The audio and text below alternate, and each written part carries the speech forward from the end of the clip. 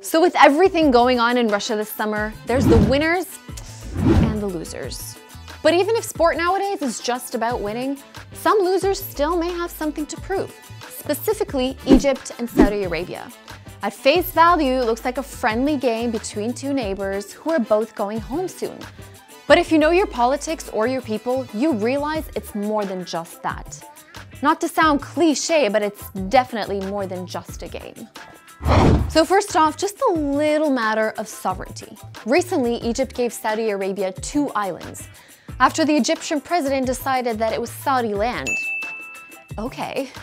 Egyptians weren't happy about it, neither were the courts. But still, President Sisi and King Salman got their way. Many Egyptians saw this as a sign of ceding sovereignty to Gulf money, particularly since the country's most popular president, Gamal Abdel Nasser, had repeatedly stated that it is Egyptian land and that Saudi has no right to it. خليج العقبة هو أرض مصرية، جزيرة تيران مصرية، وساحل سيناء مصري. So if Mohammed Salah scores, maybe that whole island deal will be a bit less bitter. Wait, is that a statement? No, it's a question. Moving on from land deals, there's also the not so little matter of abuse. Yes, abuse of migrant workers. According to a report published by the independent media outlet Mother Masr, there's about 1 million Egyptians currently working in Saudi Arabia. That's around 40% of the total Arab migrant workforce in the country. The problem is Saudi Arabia has harsh sponsorship terms for migrants.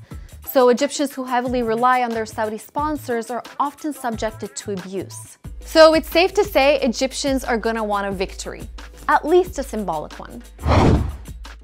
Yet Egypt and Saudi Arabia do have common religious, ethnic, and historic ties, to the point where Egypt used to even provide the cover for the holy Kaaba in Mecca. Yeah, that close. Yet if you read between the lines, there's an intense rivalry to dominate Arab culture and politics since the 1950s. Egypt has long been the center of culture, the arts, literature, and in some cases, modernity in the Arab world.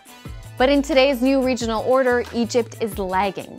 And since 2011, the situation has been getting worse and worse, to the point that many don't consider it to hold the status that it used to have.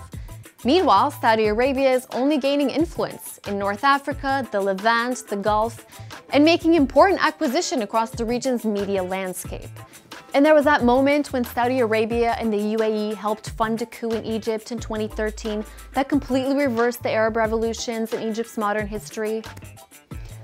Awkward. Yeah, I think we've politicized that enough. Moving on. Now, most Arabs will be watching this game on beIN Sports, the Qatari-funded media giant. You know, these guys. والكرة بالراس خطيرة ومش ممكن والثالث الريال كريستيانو رونالدو. Now, Egypt and Saudi Arabia have blocked many of the Qatari-sponsored sites and channels. Moreover, the next World Cup is in Qatar, which both countries are currently boycotting and blockading. So everyone may be watching from the couch in 4 years no matter what happens. Now, our best wishes to sort all this out, and our best wishes to both teams. Slightly optimistic, I know, but hey, maybe President Putin can help them sort it all out.